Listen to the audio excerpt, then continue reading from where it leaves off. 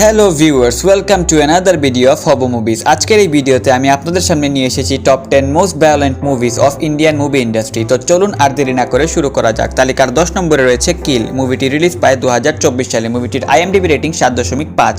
তালিকার 9 নম্বরে রয়েছে সালার, মুভিটি রিলিজ পায় 2023 সালে, মুভিটির আইএমডিবি রেটিং 6.6। তালিকার 8 নম্বরে রয়েছে মার্কো, মুভিটি রিলিজ পায় 2024 সালে, মুভিটির আইএমডিবি রেটিং 7.5। তালিকার 7 নম্বরে রয়েছে বিক্রম, মুভিটি মুক্তি পায় 2022 সালে, মুভিটির আইএমডিবি রেটিং 8.3। তালিকার 6 নম্বরে রয়েছে লিও, মুভিটি মুক্তি পায় 2023 সালে, মুভিটির আইএমডিবি রেটিং 7.2। তালিকার 5 নম্বরে রয়েছে কেজিএফ চ্যাপ্টার 1, মুভিটি মুক্তি পায় 2018 সালে, মুভিটির আইএমডিবি রেটিং 8.2।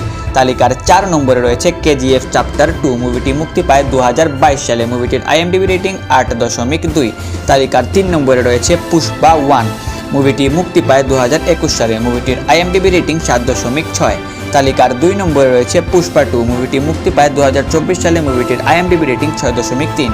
তালিকার 1 নম্বরে রয়েছে অ্যানিমেল, মুভিটি মুক্তি পায় 2023 সালে, মুভিটির আইএমডিবি রেটিং 6.1। তো এই ছিল ইন্ডিয়ান মুভি ইন্ডাস্ট্রির টপ 10 মোস্ট ভায়োলেন্ট মুভিজ। এরকমই ওয়ার্ল্ড ক্লাস মুভি রেকমেন্ডেশন পেতে অবশ্যই হবো মুভিজ চ্যানেলটি সাবস্ক্রাইব করুন।